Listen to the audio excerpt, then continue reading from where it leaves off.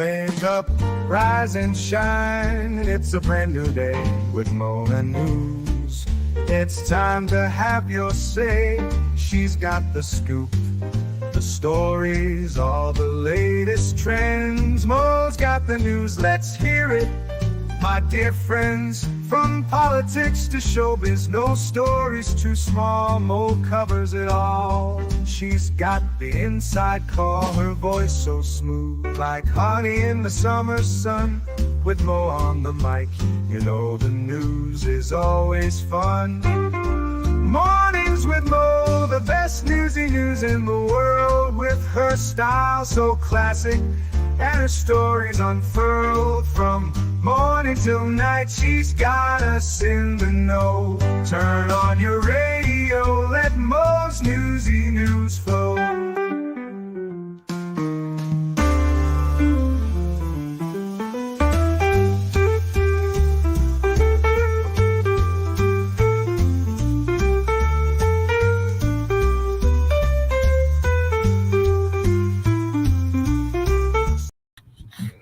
Hello, you guys. Sorry, I had to protect maybe a cute but fluffy but pesky younger brother from his older cat brothers because tails that are wagging on cats are not a toy. He was like, "No, my brothers want to play with me." And I'm like, "No, they're about to kick your butt." Like, no, Bender does not like you. I'm sorry, he just doesn't.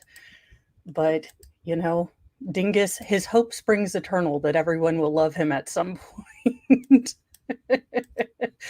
Good morning, Wolfram and Jedi Jess, John Gary, Fun Diane, Jem, Jenny, or Janine J. Sorry. Let's see, Alice G. Good morning, Nanny Goat. Absolutely, absolutely. I do have this story in the lineup, but it's heartbreaking, and I saw some of the text from kids to parents, and oh my gosh, to have to get a text like that, no, you can't do anything, and be fearing for your kids' lives. What a terrible situation. Unhung Hero, good morning. Christy, good morning. Jude, good morning. And Mass, good morning. So our first story, I did want to start off with something a little positive. Wandering hunters stumbled upon a plane crash and saved a pilot from an inferno in the Wyoming woods. So at least we have, some human goodness going on today. A pair of hunters went from wandering in the wrong direction through the Wyoming wilderness to pulling an injured pilot out of a raging inferno, not a ranging inferno, after his tiny plane crashed Sunday morning. Two men who were coincidentally expertly trained to rescue the wounded pilot had suffered a series of setbacks during their hunting trip, including heading the wrong way while avoiding grizzly bears, and that put them in the right place to see and respond to the fiery crash, according to a report. Steve Encito, a Black Hawk pilot for the Wyoming Army Guard and former firefighter, and J.R. Larson, an ex-athletic trainer, heard a loud bang around 10:45 a.m. and rushed into action at the town of Meeteetse.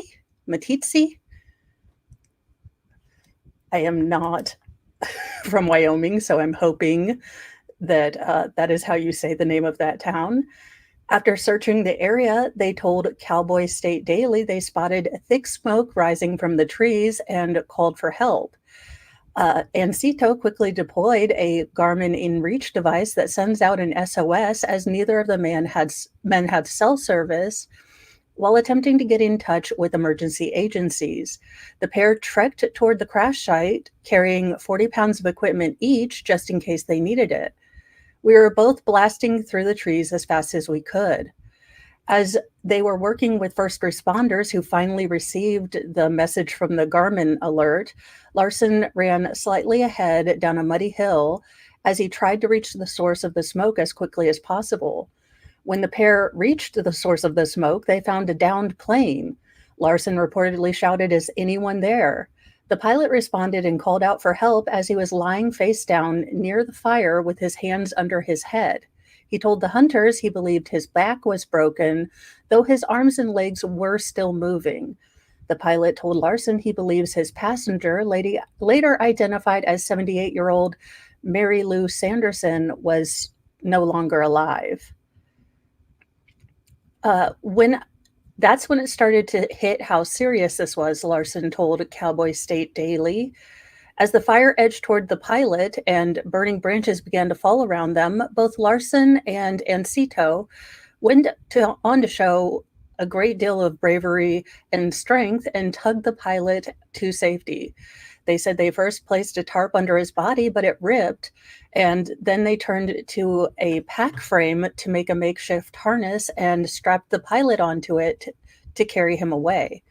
As the men pulled the pilot through thick greenery, the pair also had to be careful with the severe burns that the pilot had already suffered. At one point, the pilot reportedly told them, "Leave me here," but the rescuers were able to get him to a safe spot. Eventually, a rescue helicopter landed about 75 yards from the crash site with Ancito's guidance and transported the pilot to a hospital in Montana where he's currently receiving treatment. His passenger unfortunately did not make it. For the hunters, it almost felt like fate that they were in the right place at the right time to rescue the pilot. They told the local newspaper, "Nothing about where we were headed, was planned. This, for whatever reason, it's where we were put." And look, I know that everyone has their different ideas on faith, but in my life, what I have observed is a lot of the times that I keep getting no's. Like how you pray and you can get one of two answers, yes or no.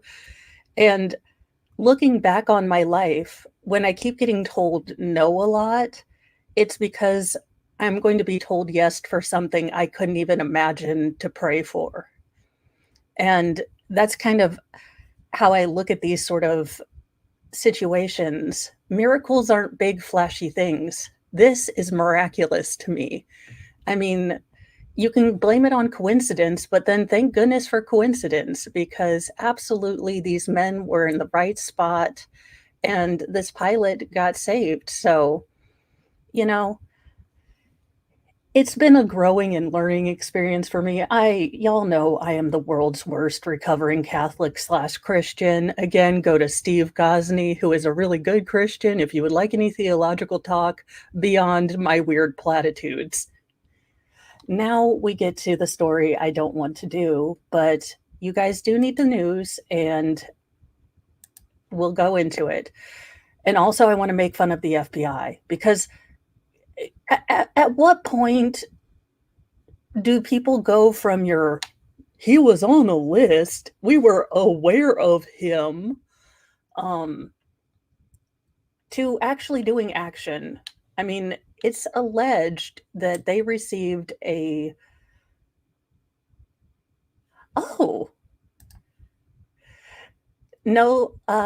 Law, Life and Libations. It is not Mo, and you are not me. You are not you. Oh, yeah, you probably haven't seen the new hair. It's purple and red. Thank you for gifting 5 memberships, Jude. And those went to Tammy Fayette, Medita Finn, Oki Mima, Patricia, and Christy Lee. Oh, for the love of Cheetos, this pen. Again, one of the gajillion I bought in the pack that I didn't read the description. So, of course, Mr. Mo's like, "You can't buy any more pins until you get rid of these ones." And I'm like, "What if I don't like them?" He said, "Then you have to use your fun money." And I was like, "Well, I can't do that."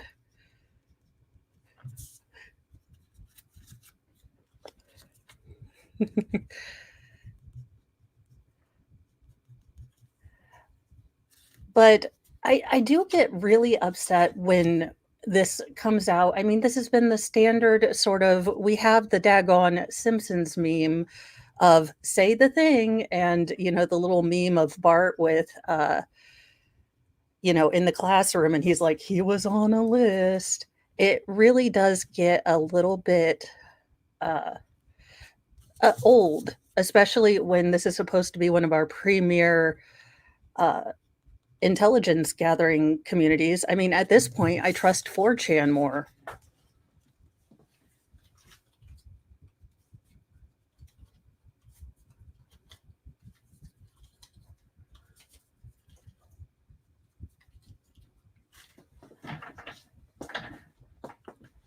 I can't wait till I have all vinyl flooring. I can just imagine me trying to scoot back and look cool and then crashing. So if you see that, just try to keep giggling. Just try not to do a choke take, a spit take, because I don't want to be responsible for anyone, choking. And welcome to the Church of Mo. We have dark chocolate and sarcasm for those of you who are gifted a membership. Yes, it is, I believe. FBI reveals alleged Alapache. Oh, for the love of God. I should have watched these stories, but I was just so completely heartbroken by the text. I didn't even watch the story. So I am probably butchering this name for, Appalachie. Okay, thank you so much. Thank you, App. Sorry. Yes, I think that we should have a Bob's meeting with the FBI. Colt Gray, the teen suspected of carrying out the horrible tragedy yesterday at a Georgia high school, has been on the FBI's radar since last year when he was investigated by local authorities in connections to online, well, what he did threats. I mean, again, I don't know what we would have to do. I know that we have to balance, the Fourth Amendment and privacy, but at some point, it seems like they're all on this like be on the lookout list, a BOLO list, but then, they magically are able to do everything that they were supposed to do. And I know that we can't get into the sort of craziness of pre-crime, but it really is bothersome. And if you guys need a place to unwind and just enjoy beautiful landscapes, go check out Fedorowski. We deal with some incredibly dark stuff on our channels and true crime. So if you need something to just kind of clear your palate, cleanse your mind, Fedorowski's channel is great. It's beautiful. He drives better than me, which, I mean, it's not really a look. I'm just saying people annoyingly attempt to drive the speed limit when I am busy, and I find that upsetting. Now, in May 2023, the FBI received several anonymous tips about threats to carry out violence at an unidentified school, with harrowing posts showing photos of force multipliers, according to a Wednesday night statement from the Bureau's Atlanta field office. The Jackson County Sheriff's Office identified Gray, then 13, as a possible suspect and interviewed him and his father. Now, Gray's dad told investigators at the time that he had hunting weapons in his home, but his son did not have unsupervised access to them, according to the statement. Gray, now 14, also denied making those threats. There was no probable cause to take any further action. However, local schools were alerted for, quote, continued monitoring of Gray, per the statement. Now, Georgia Bureau of Investigation Director Chris Hosey confirmed that authorities are probing any possible links between the 2023 threats and Wednesday's tragedy.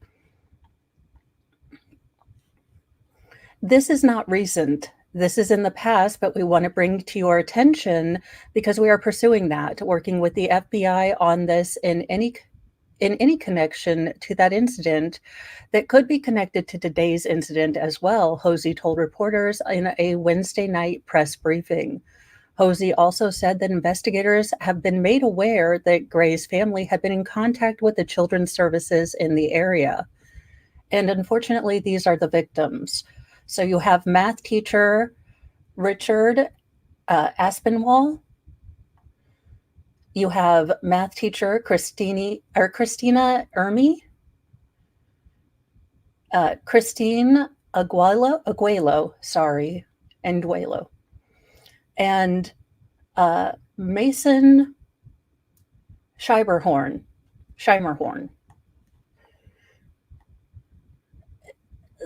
These families, look, I know people are going to say thoughts and prayers don't do a doggone thing, but in my heart, they do a lot.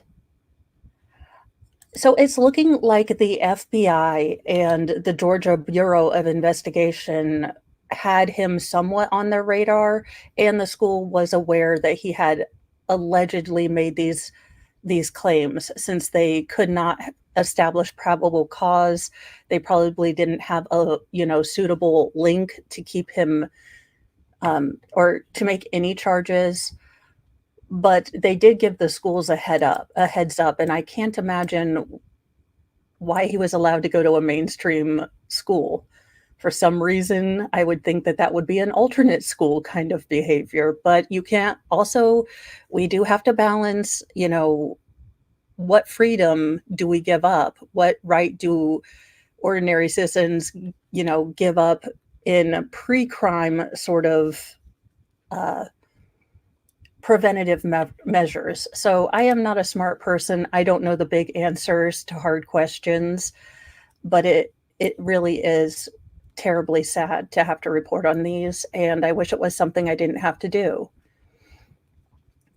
Gray allegedly opened fire at the high school with an AR-style force multiplier around 10:30 a.m. on Wednesday morning.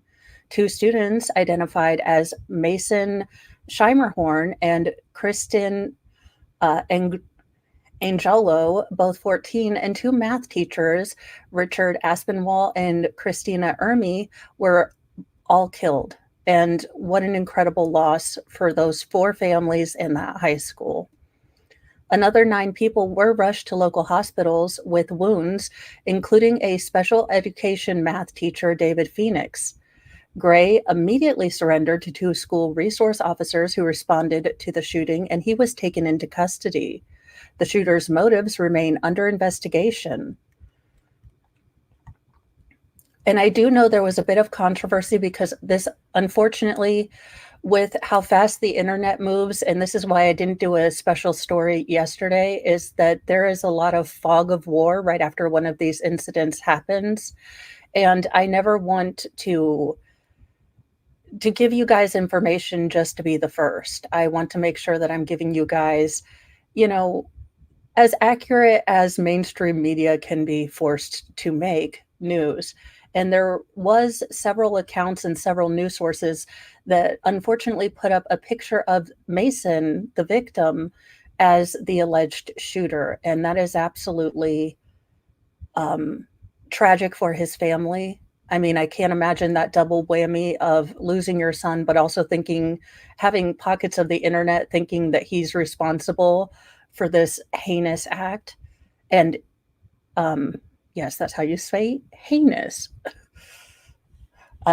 Who is that one chick that's on trial for not unaliving her husband and putting him under her porch? It's a hyenas. That's how heinous is how you say that, ma'am, not hyenas. Law enforcement said they have interviewed Gray, his family members, and others associated with the teen since his arrest. I don't know why it happened. We may never know, Broward County Sheriff Judd Smith said. Barrow, sorry. He will be charged with murder as an adult. Good. That's how I always thought. Jedi Jess, I was not aware of that. So I have been trying to unplug on Wednesday nights to focus on Mr. Mo, but we both learned yesterday that we really don't like each other's movies. It took us almost the entire date night to find a show we could both watch. Thank you, Halloween baking special from Food Network. That's all I've got to say. This is everyone's worst nightmare, Georgia Governor Brian Kemp told reporters Wednesday night at the scene. These are our neighbors, our friends, and this community is hurting today, he continued. I would just like to ask all Georgians and all Americans to continue to keep these families and these educators and students in your thoughts and prayers. It's just very, very sad.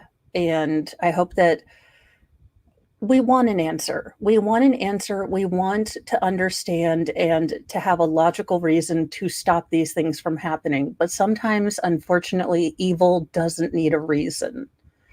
And that's the sad truth that we have to deal with in this world, is that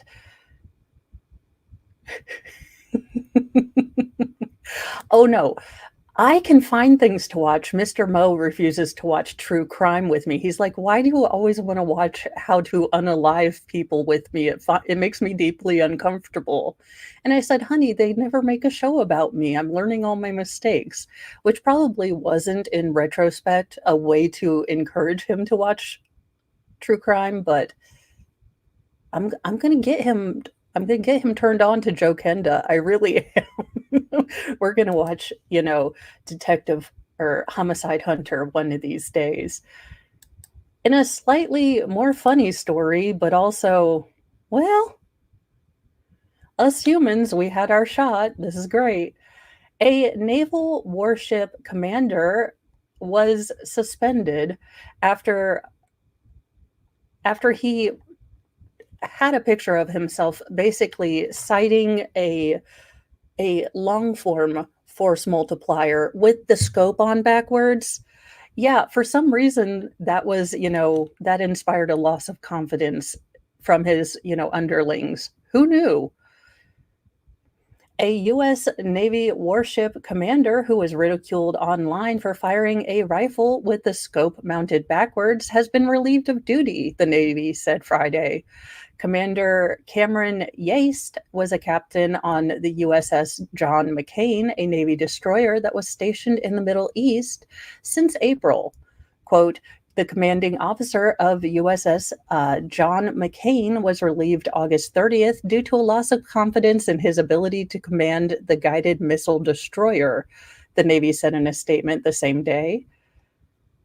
Yaste has been temporarily reassigned to the Naval Surface Group Northwest. You mean not reassigned back to the range?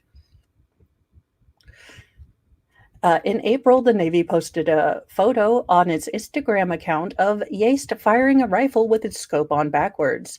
He was mocked quite thoroughly and relentlessly for the gaffe, and the photo was removed shortly after because, well, you'd kind of like to, hope that someone who's commanding something maybe knows things. The Navy said the change in leadership would have no impact on the warship's mission or schedule. The Navy holds commanding officers to the highest standards and holds them accountable when those standards are not met. I'm going to call BS on that, Navy. You are a part of our government where people only fail upwards. So, yeah, I'm going to have to call a little bit of BS on that one. Well, now, I know that there's been a lot of allegations that, Super Mayor Tiffany Henyard might be corrupt, might be, well, a crook, might have stolen all of the money and left y'all with a big old receipt. But she claims she has drained the swamp. So now I'm not sure what movie and or world she's living in, but I would like to visit this bizarro world she inhabits because, that would be nice. A different timeline other than the stupid timeline that we're on right now. I'm sorry, Baker. That's how I keep all of my stories together. I will endeavor to learn how to cover that up so you guys aren't subjected to that. If I were better at editing and making images, I wanted to be able to put those chyrons or the little like artsy fartsy drawings where instead of the headline, you kind of had a picture, but I'm not that great at that yet. I'm still struggling to edit just one video. So goals in the next year. Well, for a change, there's more drama in Dalton. The embattled supermayor Tiffany Henyard extended her ongoing feud with the Village of Dalton's Board of Trustees on Tuesday when she proceeded with a board meeting despite it being postponed by the trustees, Fox 32 Chicago reported. Henyard, a Democrat, has been at loggerheads with the board for months in the wake of allegations of excessive spending and corruption. Ma'am, someone done spent $30,000 in one day on Amazon, uh, from Dalton. I'm thinking it's alleged, like we say, OJ. Okay, I think Tiffany Henyard now starting to write a book. If I had taken the money, if I won the lottery. She also appointed new village staffers at the meeting, although the appointments are likely not valid. The trustees decided to postpone Tuesday's regular board meeting until September 12th in order to address several urgent matters, including finalizing the village budget, establishing a new bank account, and hiring a new auditor, a spokesperson for the trustees told Fox 32. But Henyard's attorney, Bo Brindley, and Bo,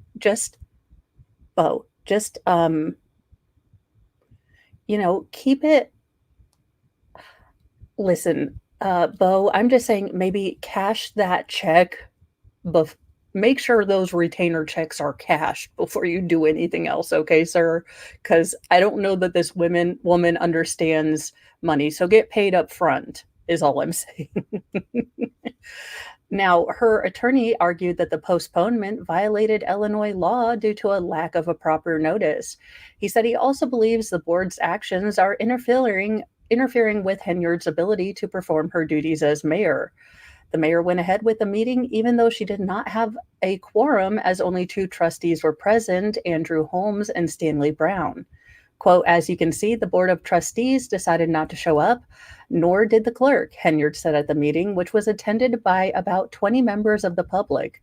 It's the latest in a series of public spats between the mayor and the board. Henyard has vetoed the board's request to launch a federal investigation into her alleged misuse of funds, and also vetoed their hiring of former Mayor Lori Lightfoot, who has been tasked with leading a special investigation into the mayor. Y'all, what the hell did CERN in France do? Because, y'all, how did we get to a timeline where Lori Lightfoot is going to be a voice of truth in Chicago? Like, how did we get to a place where we're trusting Lori Lightfoot with anything? I am so confused here. I am here for the absurdity of 2024, but this is asking me a little bit much. Now, in May, the board appointed a mayor pro tempore. Tempura is how you fry things in Japan. To serve in place of Henyard should she refuse to execute her duties. Lightfoot's investigation into the town's financial situation revealed in a preliminary report that Dalton's general fund balance was $5.61 million in 2022, but by May 2024, the balance had dropped to a deficit of $3.65 million. Now, Fox News Digital did reach out to Henyard's office for a comment regarding the figures and a statement as to why she decided to proceed with Tuesday's meeting, but did not receive a response. Lightfoot also disclosed that Henyard used the village credit card to make purchases at Amazon, Target, Walgreens, Wayfair, and other retailers. One jaw-dropping statement revealed that the embattled mayor had dropped $33,000 on January 5th, 2023 on Amazon. Despite serious allegations being leveled against her, Henyard declared Tuesday that she's cleaned up the town. She has drained the swamp. She has done it, you guys. It's been a raging success. She's made sure the only corrupt person there is herself. Quote, research everybody and you'll understand the fight. You'll understand why things is the way it is. Because when we took over, we came in and cleaned up the village of Dalton. Yeah, their bank statements. What I mean by that is when we got a complaint, I told them, please make sure you take care of the residents. Henyard said she has receipts. Well, yes, you do, ma'am. You spent all the money. I hope you have receipts. And told residents to stay tuned, announcing that she will soon be holding a State of the Village address. I'm sure that'll go swimmingly. She also appointed a new village attorney and village administrator Tuesday, despite when already holding the latter role. She can't appoint one because Keith Friedman is still a village administrator, said Valeria Stubbs, a former village trustee, according to Fox 32. All of that was illegal. When she didn't have a quorum, the meeting should have been adjourned. The clash over Tuesday's meeting came on the same day Illinois Attorney General Kwame Raoul issued a binding opinion that Dalton repeatedly violated the Open Meetings Act this summer. He found that Henyard and Village Board failed to make its July 1st and June 3rd meetings convenient and open to the public. He ordered Dalton to make all future meetings convenient and open to the public, ensuring there's enough space and not closing streets or putting up parking barricades. Henyard's accusations of financial misdeeds have prompted an ongoing FBI investigation. Furthermore, Louis A. Lacey, the former deputy chief of police in Dalton and Henyard ally, was indicted earlier this month by a federal grand jury on bankruptcy fraud charges and is accused of concealing assets and income to avoid paying creditors and settling lawsuits. Now, these lawsuits do go back in to excessive force and different missteps that he's made as a police officer. He was taken to civil court. There were judgments that were, adjudicated against him, and he is now trying to skip out on some of those judgments. In February, it was reported that the FBI was investigating Henyard after 6 people had reportedly spoken to the agency about her alleged misconduct, including business owners, a former village employee, and one or more of the village's public officials. In April, the FBI served 2 federal subpoenas as part of an investigation. Henyard was not served personally. One of the first ones was for employment records, personnel files, disciplinary reports for 15 of Dalton's employees, including 3 police officers and Keith Friedman, who is the village administrator and Henyard's top aide. Now, Friedman was also charged with bankruptcy fraud. Maybe don't commit the same crimes in the same time. The second subpoena was served specifically on Friedman, asking for records of all the companies associated with him and possible ties to the village. Well, let's hope that this, anti-corruption superhero, Tiffany Henyard, gets the ending she deserves in all of this, because I'm sure that'll be great for her. In a sad but brave move, a boyfriend was fatally shot while breaking up a fight at a bonfire party his girlfriend warned him not to attend. So he was trying to do the right thing, and unfortunately, he lost his life. And, when people do brave things and lose their lives, it's terrible to have to report on these stories, but I feel like, they need to be told. A 19-year-old was shot and killed over the weekend in Fredericksburg, Virginia, while trying to break up a fight at a bonfire party, leaving his 16-year-old girlfriend and the victim's father devastated, also leading to the arrest of an 18-year-old that investigators have accused of being the triggerman. The Spotsylvania County Sheriff's Office said it first learned of the shooting after midnight on Sunday down near Hunting Run Reservoir, where a large group of teenagers were attending a bonfire party and trespassing on property owned by the county when a fight broke out. Authorities said by the time they arrived to Spotswood Furnace Road, 19-year-old Christian Archin Whalen had already been shot in a lower extremity while trying to break up a fight. Whalen, unfortunately, later died at the hospital. Deputies began to immediately render life-saving measures. A deputy on scene loaded him into his cruiser and transported him to a rescue squad. Christian was transported to a local hospital where he succumbed to his injuries. Citing witness accounts from the scene, investigators said the shooting suspect was identified as 18-year-old Kenneth Watson. It's unclear if he or the victim knew each other, and it's unclear what actually led to the fight and, you know, the death. But Watson was arrested and booked into Rappahannock Regional Jail without bond on a homicide and gun charges. Detectives are relying on witnesses who may have been at the party and left before law enforcement's arrivals, authorities said, offering sincere condolences to the victim's family and friends.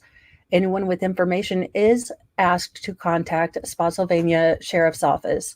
And look, I know this is a long shot, but if you are one of the teens there and you're listening to this, I know it's going to seem so very scary to, call the police and give information, but you're not ratting out your friends. You are giving justice and closure and peace to this man's family.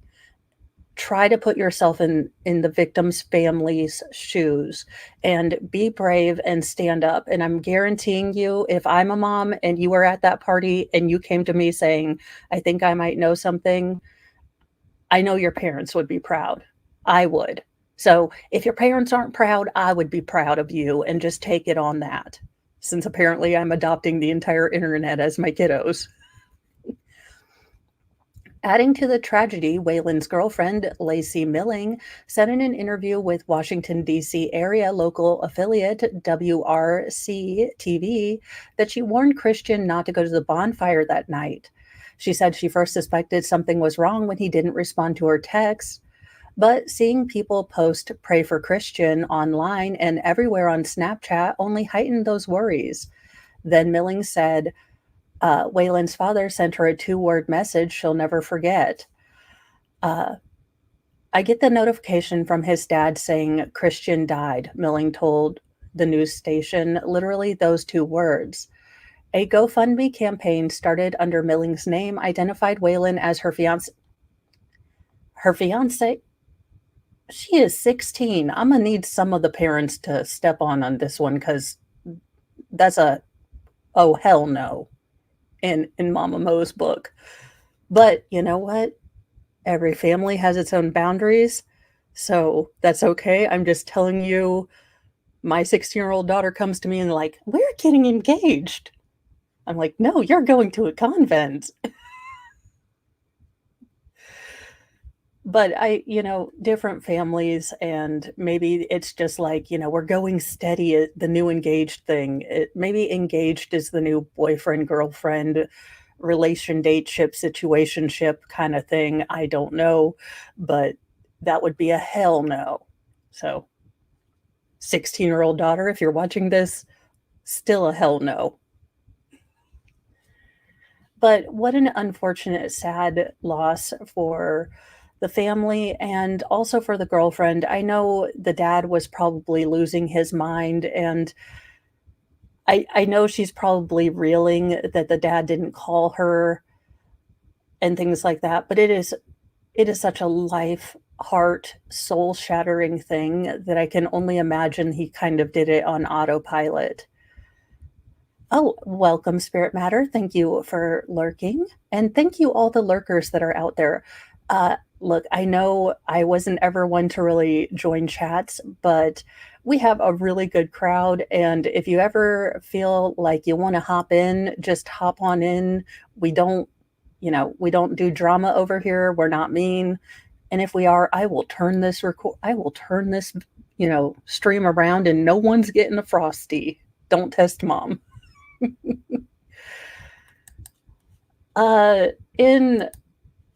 This just sealed it. I'm never going to New York.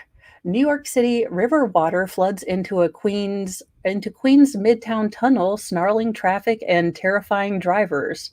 Hashtag unless you're Snake Plissket, I say get out of them tunnels. Water from the East River flowed into the Queens Midtown Tunnel Tuesday afternoon after a drilling contractor accidentally punched a hole in the roof, causing a deluge that terrified drivers, according to locals, and shocking video. Workers were doing investigative work related to the design of the upcoming a UN project, and they punctured a hole in the edge of the tunnel. John Krause of New York City Economic Development Corporation said in a press conference, "Okay, guys, you have one job, and that would be to not drown people in the tunnel. How hard is it to miss the tunnel?" For the I But, now the busy passageway sprung a leak in the South Tube on the Queen's side around 12:30 p.m., prompting officials to close it for roughly 45 minutes. 45 minutes isn't even enough to get that spray that they, oh gosh, seal a leak or flash seal. I mean, that's not even long enough for Billy Blaine to do a line and come back and fix, one of those things with Flex Seal. What the hell? I trust no repair that's done in 45 minutes, especially to a leaky tunnel. The busy passage. Oh, there we go. Sorry. Videos of the massive leak showed cars driving through the tunnel as water cascaded down from square openings. Well, that's scary, said someone in a video posted online. By 3 p.m., officials had reopened one lane in each direction, but traffic remained backed up. The tunnel was fully reopened hours later, according to Mayor Eric Adams. Both tunnels are now open to east-west travel directions. There will be some residual delays as traffic gets moving in the area, but please be patient, the mayor wrote on X just after 6 p.m. MTA CEO Jano Lieber said the city-funded private contractor caused the damage while drilling to find pylons for the East River Greenway that the hole was 2.5 inches in diameter in the roof, according to Fox News. We determined it was a drilling contractor who drilled about a 2.5-inch hole through the cast iron liner of the tunnel. Again, how? How do you, no, how do you do this? Doesn't the drill feel different as it's going through different things?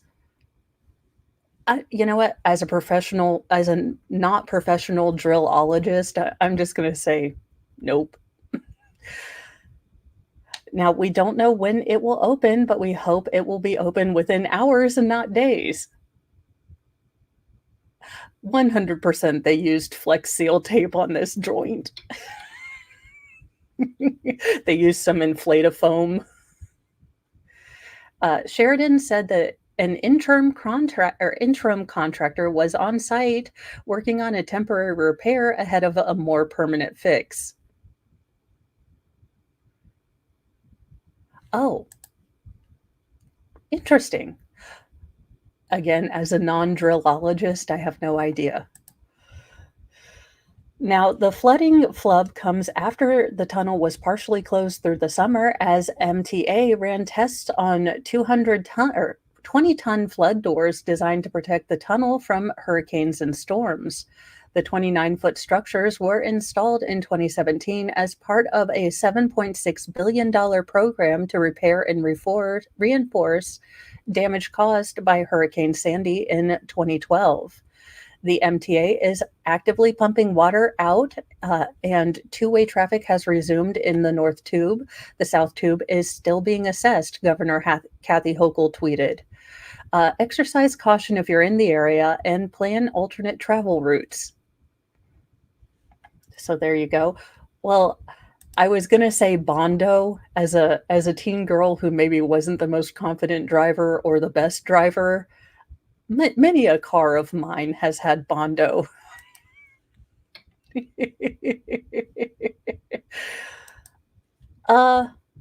What is going on, y'all? Because, I mean, I understand that this is a Florida man case, but this takes some brass bulbs and, well, a severe lack of, well, mental capacity. But a man wearing a Florida man wearing an ankle monitor attempts a kidnapping in a Walmart parking lot. Now, I'm guessing they're gonna know where you are. But have we ever known criminals to be geniuses? No.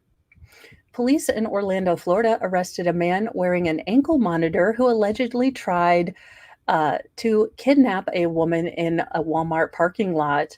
Officers with the Orlando department responded around 4:30 p.m. to a Walmart on South Goldenrod Road near Marketplace Drive for an armed robbery and attempted kidnapping. Police say the suspect, 54-year-old Juan Marcos Perez, was pacing the parking lot before approaching the victim. Perez allegedly pulled out a knife and held it to the woman's throat before forcing her into the trunk of her own car, according to police officers. According to a probable cause arrest affidavit obtained by local Fox affiliate WOFL, the victim tried to fight back. She was warned that if you keep this up, I'll slice you. Perez allegedly told the victim.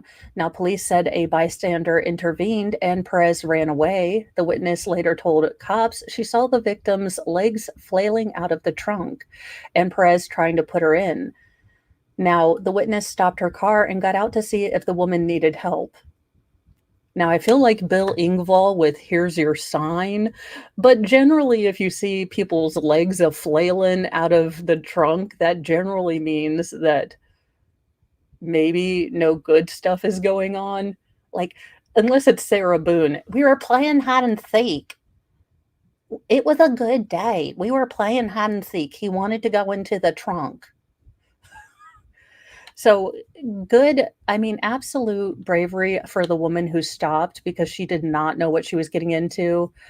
But yeah, absolutely. And I'm glad he ran away. And well, he has a GPS monitor on him.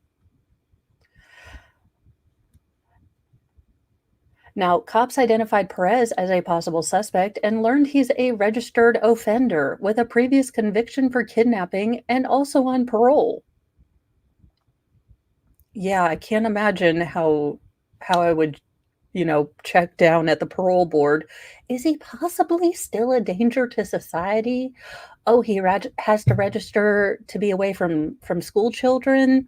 Nah, it'll be fine. The parole officer told cops that Perez was wearing an ankle monitor, and data from the monitor allegedly showed that he was at Walmart at the time of the armed robbery. Perez was arrested on Tuesday and taken to Orange County Jail on charges of armed robbery, attempted kidnapping, aggravated battery with a deadly weapon. He remains there without bond. His next court date is scheduled for September the 10th. Yeah, that kind of not shocking.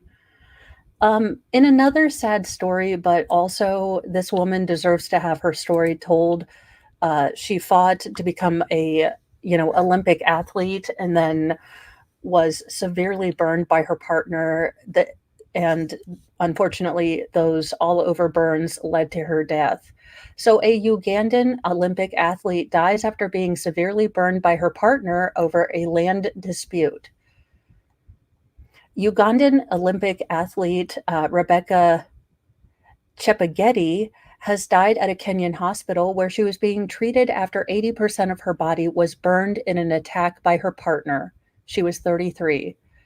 A spokesperson for Moi Teaching and Referral Hospital in Eldroit City, Owen Mensch, confirmed that her death happened on Thursday. He said that the long-distance runner died early in the morning after her organs had all failed. She'd been fully sedated upon admission to the hospital. She competed in the women's marathon in the Paris Olympics less than a month before the attack, and she finished in 44th place. Her father, Joseph, told journalists at the hospital that he had lost a daughter who was very supportive and hopes to get justice. Trans-Noi County Police Commander Jeremiah Olkosium said Monday that Cheptegei's partner Dixon Nadima bought a can of gasoline, poured it on her, and set her ablaze during a disagreement Sunday. Nadima was also burned and being treated at the same hospital. Mensch said that Nedima is still in the intensive care unit with burns over 30% of his body. Don't care. Don't care. Hope he hurts every day. I am not a judge, so I am allowed to be petty. And this dude is a human turd. Now, Chebgetti's parents say that their daughter bought land in Transnoy to be closer to the country's main athletic training centers. A report filed by local chief said the two were heard fighting over the land where her house was built before the attack. The Ugandan Athletics Federation eulogized her on their social media platforms. We are deeply saddened to announce the passing of our athlete, Rebecca Chebgetti, early this morning, who tragically fell victim to DV. As a federation, we condemn such acts and call for justice. May her soul rest in peace. Ugandan Olympic Committee President Donald Rakari said the attack was a cowardly and senseless act that has led to the loss of a great athlete. In 2023, Ugandan Olympic runner and steeplechaser Benjamin Kiplat was also found dead with multiple stab wounds. In 2022, Kenyan-born Bahraini athlete Demarius Muthi was found dead, and a post-mortem report stated that she was strangled. In 2021, long-distance runner Agnes Trupp was stabbed to death at her home. Okay. So it looks like Kiplak. So Kiplagat.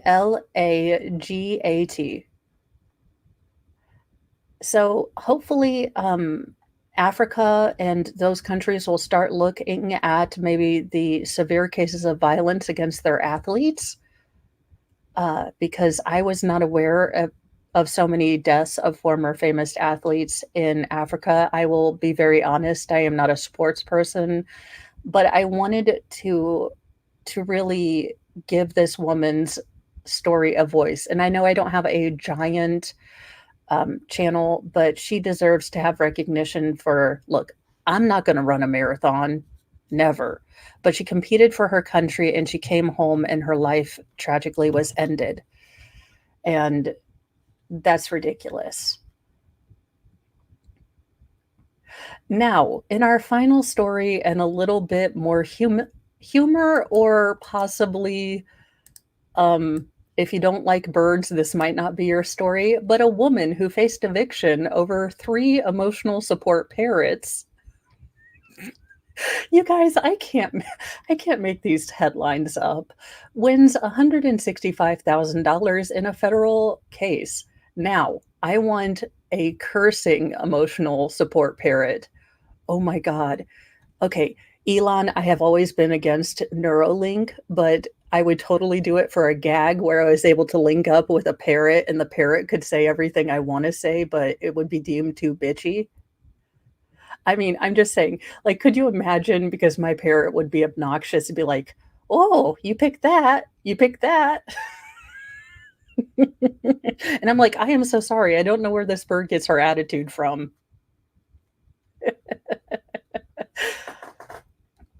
A woman who faced eviction from her Manhattan apartment over her 3 emotional support parrots will be paid $165,000 in damages, plus $585,000 for her apartment under a decree announced by federal prosecutors. The consent decree announced Monday resolves a dispute between Merle Lesser and the board of the Rutherford, a 175-unit cooperative apartment building where Lesser lived with her parrots, Layla, Ginger, and Curtis. Lesser purchased an apartment at Rutherford in Manhattan's Gramercy Park neighborhood in 1999 and moved her birds into it. Her neighbor, Charlotte Cullen, started complaining in 2015. Quote, "Oh God, I wake up still with nightmares of them screaming in my head." Cullen told the Daily News. The New York City Department of Environmental Protection sent inspectors 15 times but did not find any evidence of excessive noise. No birds, no screeching, no noise, an inspector wrote on February 7th, 2016. Lesser submitted letters from her psychiatrist explaining that she needed the birds for her mental well being, but the Rutherford board began eviction proceedings in May 2016. Lesser moved out and sublet her apartment. She filed a federal fair housing complaint with the Department of Housing and Urban Development in 2018, and HUD found probable cause to believe that Rutherford had violated Lesser's fair housing rights. Rather than settle the case, Rutherford chose to proceed to federal court, triggering the statutory requirement that the Department of Justice file suit. Manhattan U.S. Attorney Damian Williams said. Williams said the consent decree approved by a federal judge on August 16th represents the largest recovery the federal government has ever obtained for a person with disabilities whose housing provider denied them their right to have an assistance animal. This outcome should prompt all housing providers to consider carefully whether their policies and procedures comply with federal law. Peter Livingston, an attorney for the Rutherford Co-op Board, said his client is pleased to resolve the case. In addition to paying Lesser $165,000 and purchasing her shares in the co-op for $565,000, Rutherford must also adopt a reasonable accommodation policy for assistance animals and allow federal government to monitor compliance. It must also dismiss the eviction proceeding against Lesser in housing court. Lesser did not respond to a text sent to a phone number listed to her. Oh, well, thank you, Jeffrey Montgomery. I hope you enjoy it. So that was our final story. Housekeeping for today. We will be starting at 10 a.m. with opening statements from yesterday from the Crouching Judge Flying Defendant case, or otherwise known as Nevada versus Deborah Redding, who I'm just going to call Debbie. Let me be honest with you. A little bit about this case. He has pled guilty to a majority of the charges stemming from that day. What is really going to be on trial in this case is whether the attack on the judge is consistent with attempted murder, or if it's more of an egregious assault and battery. The state will be arguing that it was definitely a case of attempted murder, whereas the defense is going to be trying to use a mental health defense. I think that they're going to struggle with that, but I will try to keep those opinions there. So if you would like to get out your, latest project of your craftiness that you're working on, Court and Cross Stitch will start at 10. I hope to see you guys there. And then, of course, we will have Nightly Newsy News tonight at 7. And, who knows what this world will bring us in as far as bingo card busting news. So I will see you guys then. Be sure to make sure that you are still a sub on this and other creators that you watch, because YouTube is being a little bit hazy on, who's going to be a sub for a lot of people here. So I know that myself and other creators would appreciate it if you just take a second to make sure you're still subbed to us. Have a lovely day. Be kind to yourselves, be kind to others, and I will see you in just a little bit. I get to go tackle Mount St. Laundry again. You'd think that it would go away or get smaller at some point, but no, it really doesn't. And we can't be nudists because, well, it's going to get cold here soon. Bye, guys.